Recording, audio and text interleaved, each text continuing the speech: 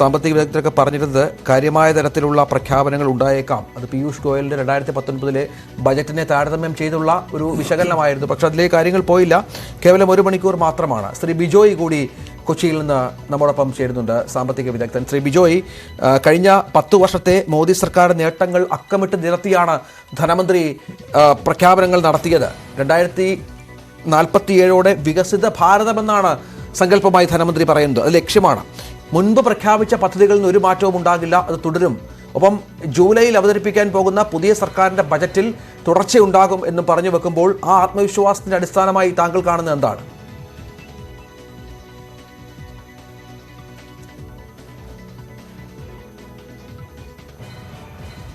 Hello, കേൾക്കാമോ? പറഞ്ഞോളൂ sir.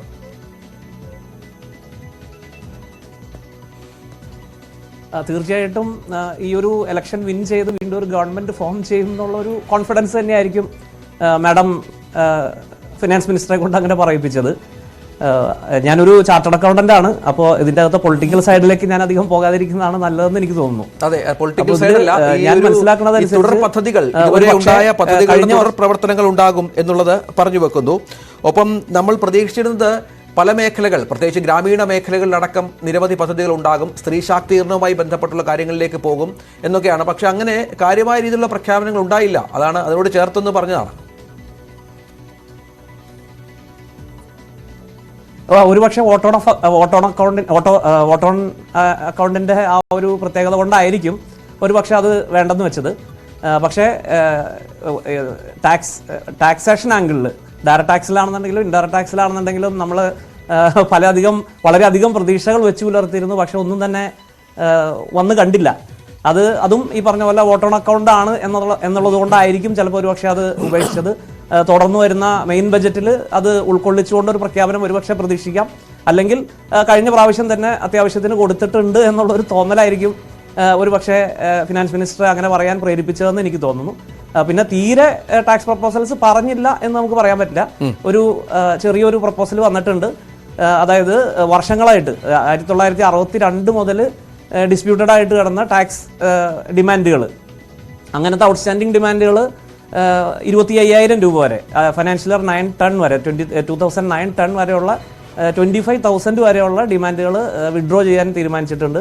അതുപോലെ ടൺ 11 മുതൽ 14-15 വരെ 10,000 വരെയുള്ള ഡിമാൻഡുകളും വിഡ്രോ ചെയ്യാൻ തീരുമാനിച്ചിട്ടുണ്ട്. അതാണ് ഒരു സാധാരണക്കാരനെ ബാധിക്കുന്ന ഒരു കാര്യമായിട്ട് വരുന്നത്.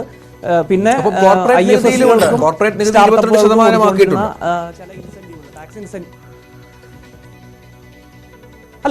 നികുതി 22% അത് കഴിഞ്ഞ വർഷം തന്നെ ആക്കിയിട്ടുണ്ടായിരുന്നു, കഴിഞ്ഞ ബജറ്റിൽ തന്നെ ആക്കിയിട്ടുണ്ടായിരുന്നു. ഈ പ്രാവശ്യം അത് ഒരു ചേഞ്ചും കൊടുക്കുന്നില്ലെന്നാണ് മാഡം പറഞ്ഞത്.